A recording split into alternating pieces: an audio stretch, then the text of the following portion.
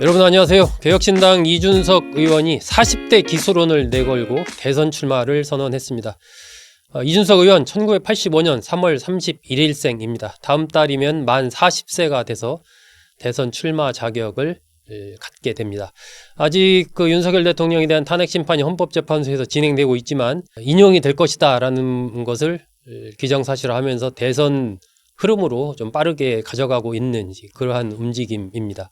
이 40대 기수론 하면 아마 여러분 기억하실 텐데 김영삼 전 대통령이 맨 처음 내세웠던 캐치프레이즈입니다. 1969년 11월 달에 신민당 대선 후보 경선에 출마하겠다라고 선언하면서 40대 기수론을 내세웠었죠. 그 바탕에는 두 가지가 있었습니다. 우선 하나는 당시 맞서야 되는 공화당 후보가 신민당 유력 후보보다 나이가 젊다라는 것입니다. 당시 박정희 대통령의 나이가 69년에 53세 정도 아마 됐을 겁니다. 그런 나이니까 그 당시 유력한 야당 신민당의 후보로 거론됐던 유진호 당수와는 차이가 컸죠. 당시 이제 유진호 씨는 환갑이 넘었고 더군다나 그 와병 중에 있었습니다. 이러한 상황이 야당의 40대 정치인들을 자극시킨 거죠. 그래서 김영삼 전 대통령이 40대 기수론으로 먼저 치고 나왔습니다. 그 배경에는 1956년도에 해공 신익희 선생이 호남으로 유세를 하러 가다가 그때 이제 열차에서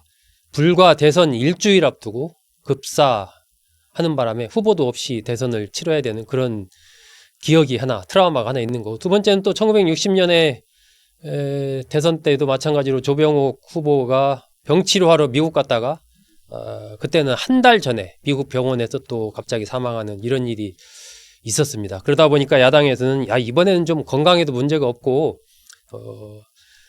여당 공화당 후보에 좀 강하게 맞설 수 있는 젊은 후보가 나서야 되는 거 아니냐, 이런 흐름이 생겨났던 거죠. 그래서 김영삼 전 대통령이 40대 기수론을 강하게 들고 나왔고, 당시 이제 김대중 의원이 45세였습니다. 그리고 이철승 의원은 48세였는데 이 세 명이서 이제 의기투합을 한 거죠. 40대 기수론 바람을 일으키자 해서 야권의 흐름을 40대로 확 가져갔습니다. 그러면서 이제 71년 후보에는 신민당 후보에는 김대중 후보가 당선이 됐고, 그래서 김대중 후보와 박정희 후보가 맞붙었는데 김대중 후보가 95만 표 차이로 졌죠. 지긴 했지만 당시 공화당 박정희 후보의 간담을 서늘케 했던 그러한 일이 있었습니다. 그 바탕이 됐던 것이 이제 40대 기수론이었죠.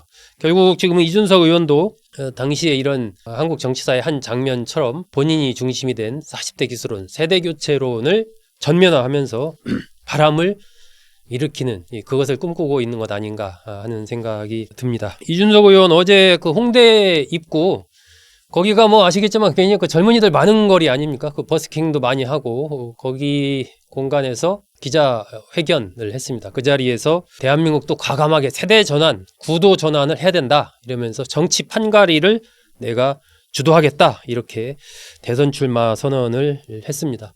36살에 당대표에 도전했을 때 누구도 될 거라고 생각하지 않았고, 하지만 됐고, 또 동탄 출마를 지난 총선에 할 때도 당선을 예상한 사람은 많지 않았지만 그 기적을 이뤄냈다, 이렇게 얘기를 하면서 다음번 기적은 세대교체의 기적이다, 이렇게 또 강조를 했습니다.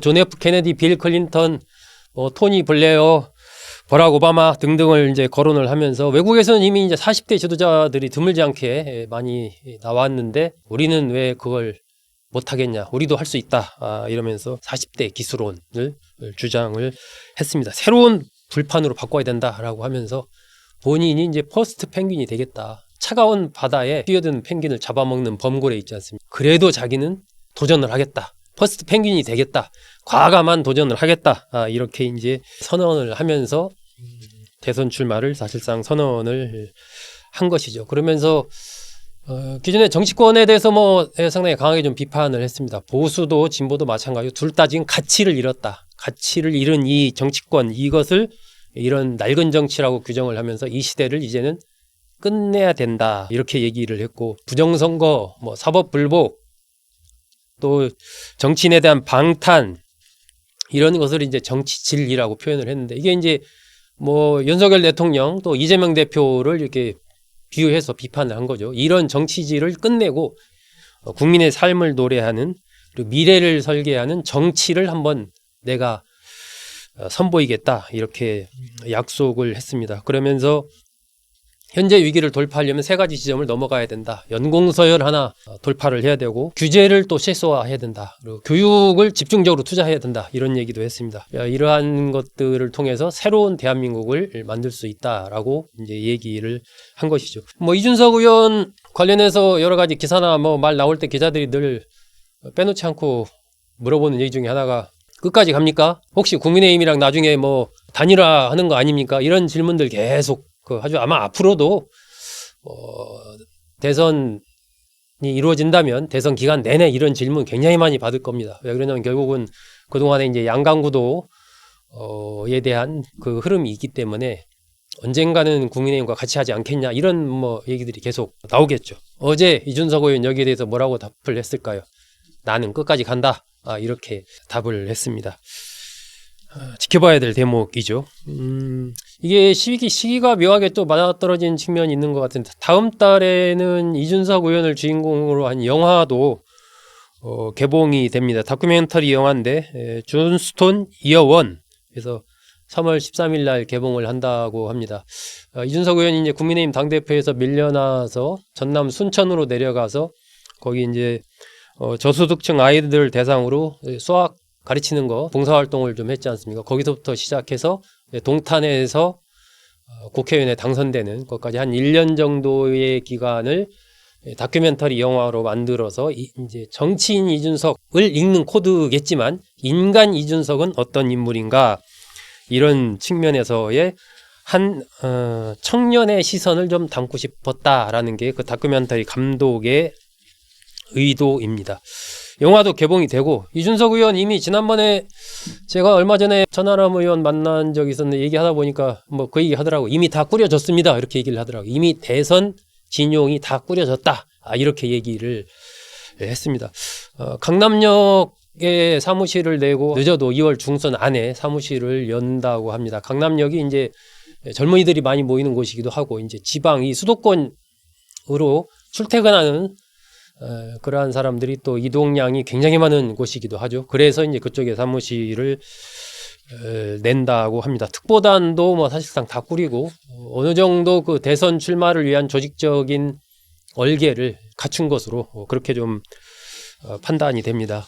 자, 이런 가운데 한동훈 전 국민의힘 대표 측에서 유튜브 채널을 만든다 이런 소식도 나오고 있습니다. 그래서 과연 이제 이준석 의원과 한동훈 전 대표는 이제 73년생 아닙니까? 이준석 의원보다는 12살 나이가 많습니다. 하지만 이 젊은 그룹들 40, 50 이 젊은 이준석, 한동훈 두 사람이 움직임이 과연 이 대선판에 어떻게 작용을 할지 좀 주목이 되는 거죠. 한동훈 전 대표 측에서는 언덜 73 스튜디오라는 이름으로 유튜브 채널을 만들어서 보수의 미래를 이야기하는 그러한 채널을 하겠다라는 것이 또 그쪽의 얘기입니다. 이런 부분은 지금 뭐 2월 말 3월 초에 한동훈 전 대표가 활동을 개시한다라는 소식이 계속해서 나오고 있는 것과 맞물려서 결국 이제 유튜브 채널 소통 창구 만들고 다시 재개하고 이러한 흐름으로 좀 연결되는 것 아닌가. 그렇다면 이것이 이제 이준석 의원의 대선 출마 선언과 또 한동훈 전 대표의 이런 다시 정치판으로 현실로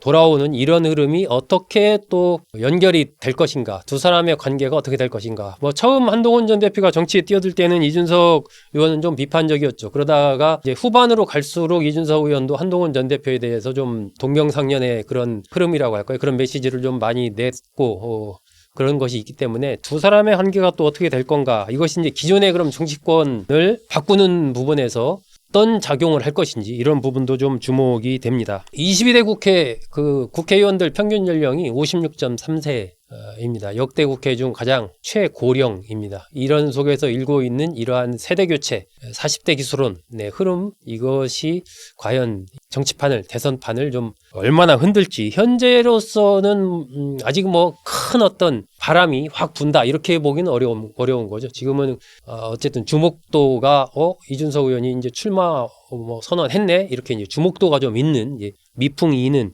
이런 정도입니다. 그리고 이제 사실 뭐 조기 대선이 될지 안 될지도 아직은 확정할 수 없습니다. 헌법재판소의 이 윤 대통령에 대한 탄핵 심판이 인용이 돼야 이제 조기 대선이 이루어지는 것이기 때문에 아직 그 결론이 안 났으니까요. 아직 확정할 수 없지만 이미 일부 주자들의 흐름은 이준석 의원을 비롯해서 좀 빠르게 조기 대선 흐름으로 가고 있는 건 아닌가, 이렇게 좀 판단이 됩니다. 우리 한국 정치는 뭐 모든 것이 사실 상상이 가능한 곳이 한국 정치입니다. 정말 상상할 수 없었던 일까지 일어난 것이 한국 정치이기 때문에 이준석 의원 지금은 뭐 의석수 3석밖에 없는 개혁신당 작은 정당에서 대선 출마를 이렇게 선언을 했지만, 지난번에 그 대한체육회장 선거할 때 유승민 탁구협회장 후보가 사실 대한체육회장에 당선될 것이라고 생각한 사람들 거의 없었습니다.